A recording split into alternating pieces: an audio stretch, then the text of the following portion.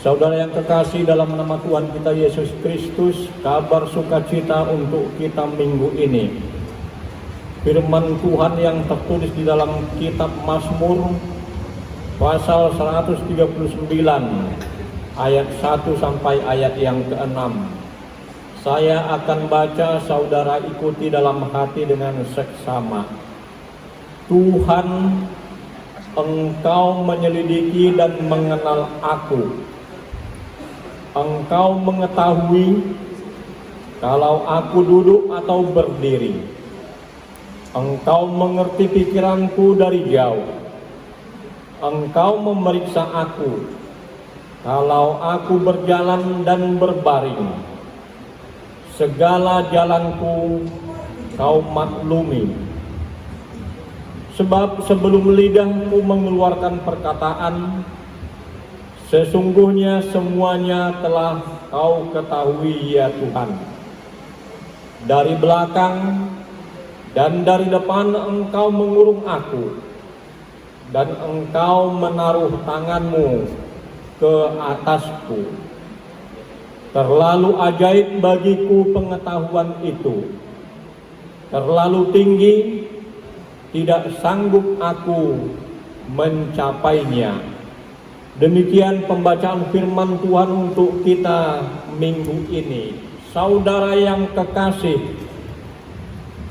sebagaimana biasa perlu kita ketahui nama-nama minggu kita di dalam sejarah gereja.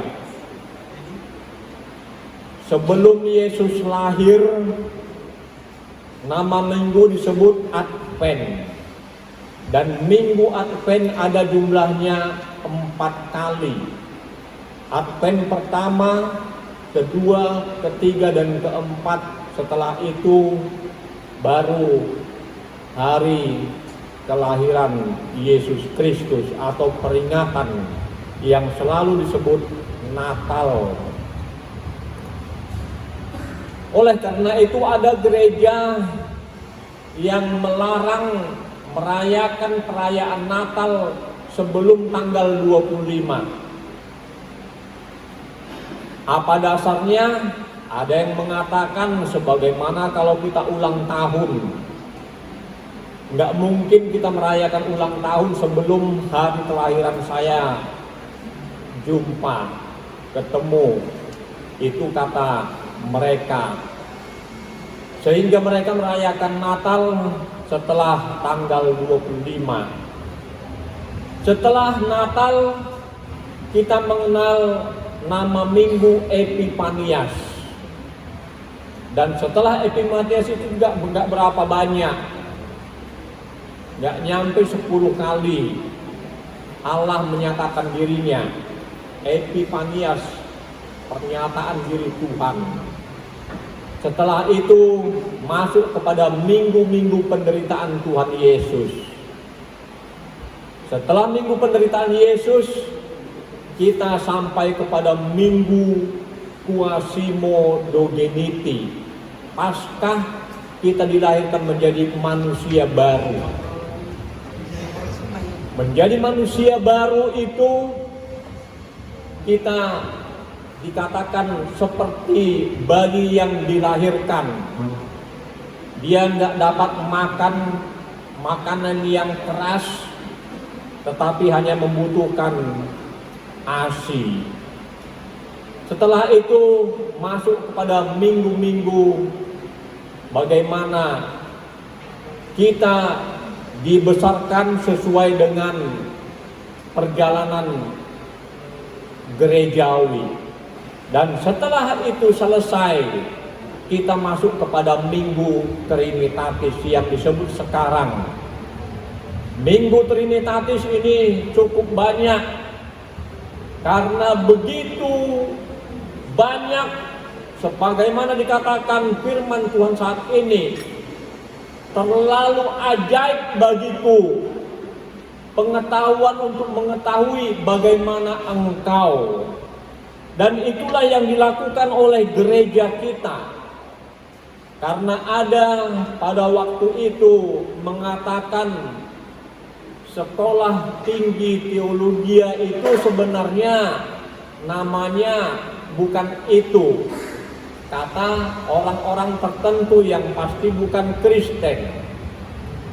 Dia mengatakan sekolah pendeta atau sekolah tinggi teologi itu sebenarnya sekolah pendidikan agama Kristen atau sekolah sarjana agama SAG. Hal itu ditantang oleh Bapak gereja atau pemimpin gereja kita saat ini. Kenapa? Karena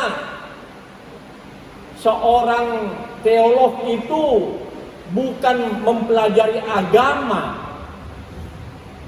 ataupun kekristenan, tetapi mempelajari bagaimana sifat Allah yang menyatakan dirinya kepada kita.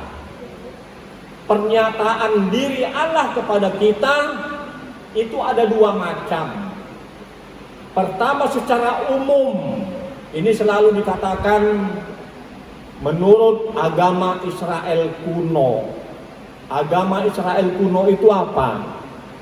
Mereka bukan Yahudi, bukan Kristen, tetapi mereka mengenal ada saya karena ada orang tua saya. Ada orang tua saya karena ada nenek saya. Ada nenek saya karena siapa? Itu digali dari awal karena ada Adam dan Hawa. Adam dan Hawa dari siapa? Itu yang dikatakan dari Allah. Begitu juga dunia ini. Ada gereja dari mana? Dibangun dari batu bata, dari kayu, besi semua. Semuanya itu dari mana? Dari hutan belantara diambil. Hutan belantara dari mana? Itu dari Tuhan Sang Pencipta. Itu yang kita kenal setiap hari Natal, dikatakan pada mulanya Allah menciptakan langit dan bumi. Kemudian maka Allah berfirman. Jadi dengan firman-Nya Allah menciptakan, jadilah terang, jadilah tumbuh-tumbuhan, ikan di laut, semua yang ada di dunia ini diciptakan kecuali manusia Adam dan Hawa. Kalau Adam, Allah mengambil segumpal tanah liat, itu dibentuk seperti kita. Sewaktu Dia berfirman, marilah kita ciptakan manusia menurut gambar dan rupa kita. Itu yang perlu kita ketahui secara umum. Setelah secara umum kita diajar lagi mengenal bagaimana Tuhan itu secara khusus. Itu yang kita kenal melalui anaknya Yesus Kristus.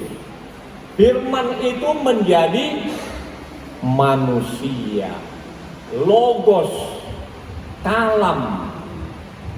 Makanya ada kalam kudus, artinya firman yang kudus, kata yang kudus, itulah kalam kudus. Berbeda kalau di Sumatera Barat, kalam kudus, Pak Haibau tentu tahu. Apa itu kalam, kok gelap kali katanya begitu. Nah, itulah saudara yang kekasih yang mau kita ketahui. Bagaimana kaitannya dengan firman Tuhan saat ini yang menjadi sukacita.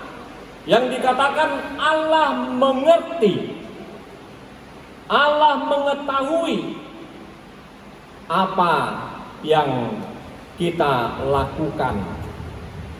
Semua nyata di hadapan Tuhan, tetapi epistel kita seolah-olah berlawanan. Coba kita baca epistel kita dari halaman ketiga. Ayat yang kedua di sini, jikalau seorang tiga ya. Jikalau seorang datang kepadaku dan ia tidak membenci bapaknya, ibunya, istrinya, anak-anaknya, saudara-saudara laki-laki atau perempuan, bahkan nyawanya sendiri, ia tidak dapat menjadi muridku. Seolah-olah bertentangan dengan apa yang menjadi topik minggu. Allah tahu semuanya. Allah mengerti, semuanya nyata di hadapan Tuhan. Tetapi kok kita diberangkatkan melalui barang siapa yang tidak membenci orang tua, saudaranya laki-laki, perempuan, ibunya, istrinya, bahkan nyawanya sendiri. Seolah-olah bagaimana Tuhan kita, Yesus itu, yang telah menyatakan dirinya, Allah yang menyatakan dirinya melalui firman-Nya yang menjadi manusia. Bagaimana ini? Kok bertolak belakang? Bukan itu, saudara yang kekasih. Satu ketika ada seorang pemuda yang beribadah di satu gereja. Biasa orang memberikan persembahan, tetapi itu pemuda memberikan persembahan dengan rupiah yang cukup besar dibandingkan dengan persembahan yang biasa diberikan para pemuda.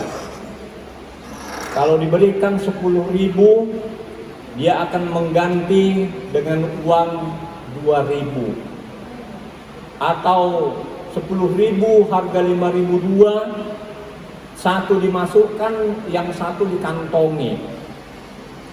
Tetapi berbeda dengan pemuda yang saya katakan itu, yang dilihat oleh seorang itu, dia memberikan apa yang diberikan orang tuanya menjadi persembahannya, yang pasti bukan harga 2.000. Dia memberikan uang 5.000, uang 10.000 kepada Tuhan. Karena dia sadar setelah ditanya, biasanya kaum pemuda mengganti persembahan yang diberikan orang tua kepada anaknya. Tetapi kamu kenapa tidak menggantikan? Dia mengatakan, Pak, Tuhan kan tahu yang diberikan orang tua saya kepada saya untuk persembahan. Bahkan orang tua juga memberikan bonus. Ini uang jajanmu, ini uang angkotmu. Angkot 2.000, PP 4.000. Jadi kenapa harus saya ambil lagi? Entar Tuhan marah. Umur saya masih panjang, Pak. Bukan setahun 2 tahun. Saya harapkan kalau nenek saya sekarang berumur 70 tahun bahkan lebih, dan dia masih sehat walafiat. Saya ingin demikian. Bukan umur panjang saja yang diberikan kepada nenek saya. Anak-anaknya berhasil semua, baik laki-laki perempuan, nggak kekurangan makan minum. Saya juga cucunya berharap demikian. Tuhan tahu apa yang saya perbuat. Kalaupun saya berikan semuanya itu yang diberikan orang tua, itu masih belum apa-apa dibanding apa yang diberikan Tuhan kepada saya. Saya belum bisa mencari uang, bahkan menyisihkan uang jajan saya masih belum mampu. Oleh karena itu, apa yang diberikan orang tua saya, itu yang saya berikan. Itulah pengenalan seseorang tentang Tuhan yang Maha Kuasa. Sebagaimana firman Tuhan saat ini yang mengingatkan kepada kita, ayat yang ke-6 sama-sama kita membaca tiga ya. Terlalu ajaib bagiku pengetahuan itu, terlalu tinggi, tidak sanggup aku mencapainya. Rasul Paulus dalam nasihatnya melalui firman Tuhan kepada jemaat Roma dikatakan, oh alangkah besarnya kasih karunia Tuhan, ilmu pengetahuan Tuhan. Tidak ada seorang pun yang dapat menasehati, tidak ada seorang pun yang dapat memberikan masukan kepadanya. Itulah dikatakan Rasul Paulus kepada jemaat Roma. Karena pada waktu itu Imperial Roma begitu terkenal, daerah yang maju, daerah perdagangan bebas, ilmu pengetahuan intelijennya tinggi. Tetapi Tuhan berfirman kepada Rasul Paulus, alangkah besarnya, tingginya. Itu juga dikatakan oleh nabi-nabi sebelum Yesus lahir. Bagaimana tingginya langit dari bumi, jauhnya timur dari barat ke barat. Itulah perbedaan cara Tuhan berpikir dengan kita umat manusia. Oleh karena itu saudara yang kekasih, gak perlu kita bersembunyi-sembunyi bersandiwara. Sebagaimana yang dikatakan penyanyi, dunia ini panggung sandiwara. Ceritanya selalu berubah. Yang biasa-biasa saja, apa adanya saja, kita mengikut Tuhan. Sebagaimana dikatakan Yesus, barang siapa mengikut Yesus, mengikut aku, kalau tidak membenci orang tuanya, saudaranya, bahkan nyawanya. Bukan berarti kita harus membenci orang tua, tetapi mendahulukan siapa yang perlu didahulukan, yaitu Allah Bapa di sorga.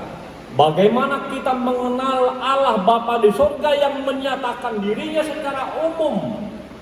Bagaimana kita mengenal Allah Bapa di sorga melalui anaknya Yesus Kristus? Ini yang diinginkan dari orang-orang percaya saat ini. Oleh karena itu, Bapak, Ibu, saudara-saudara yang kekasih, hendaklah kita mengenal siapa saya. Saya ada, inilah apa adanya. Kalau nggak ada orang tua saya nggak akan lahir ke dunia ini. Terima kasih Bapak Surgawi kalau Engkau melahirkan saya ke dunia. Hal ini juga direnungkan bagaimana anak perjanjian, janji mesianis, Allah yang memilih atau memanggil si Abraham keluar dari Ur Kasdim. Tetapi dalam perjalanan perjanjian mesianis, Abraham tersandung dengan rencana istrinya sendiri yang dikatakan oleh Sarah, aku sudah tua, nggak mungkin aku melahirkan anak bagimu, ambillah si Hagar menjadi istrimu. Hal itu terjadi sehingga Tuhan juga membiarkan itu terjadi dan memberkati Ismail. Tetapi janji mesianis, Allah akan memberkati dari anak Abraham. Saudara kasih yang kekasih, apakah mungkin Abraham bisa beranak? Nggak mungkin Bapak Abraham beranak. Yang beranak itu, yang memperanakkan itu adalah perempuan kaum Hawa, kaum ibu. Tetapi janji mesianis yang dikatakan anakmu Abraham dari perutmu, itu adalah janji mesianis yang perlu kita ketahui, Allah memberkati Abraham. Oleh karena itu, Abraham, Ishak dan Yakub, disitulah kita mengerti janji mesianis itu melalui orang percaya. Janji mesianis Allah Abraham, Ishak dan Yakub. Dari situlah keturunan Daud yang pada dasarnya kita melihat Yesus juga dilahirkan dari keturunan Daud. Kalau dalam perayaan Natal kita selalu menyanyikan Kristus anak Daud, Kristus anak Daud. Itulah janji mesianis.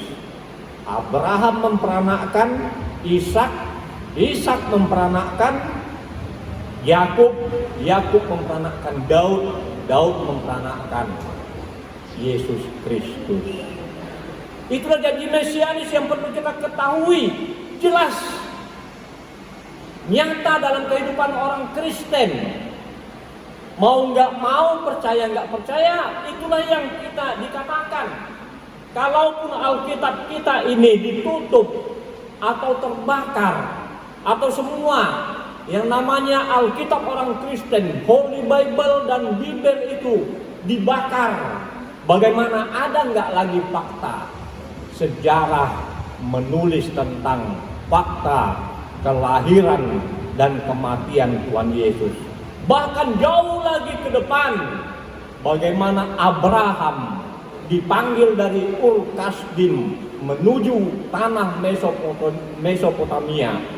Itu ditulis oleh sejarah, dan kita nggak tahu bahasa yang dipakai pada waktu itu. Jadi kalau dikatakan apakah Abraham itu beragama Kristen, Kristen nggak ada pada waktu itu. Setelah Yesus lahir, Kristen juga belum disebut. Dikatakan itu hanya pengikut Kristus. Untuk itu, oleh karena itu, saudara yang terkasih, apa yang kita perlu tekuni saat ini, mengenal Allah Bapa kita yang memelihara, yang menyatakan diri dalam kepribadian kita, yang dikatakan semua nyata di hadapan Tuhan. Nggak boleh kita bersembunyi. Apakah kita berpura-pura di gereja? Apakah kita ada dendam satu dengan yang lain? Semuanya Tuhan ketahui. Oleh karena itu, baiklah kita bersahaja, hidup dalam Tuhan, mengikuti apa adanya. Kita bersatu dalam doa.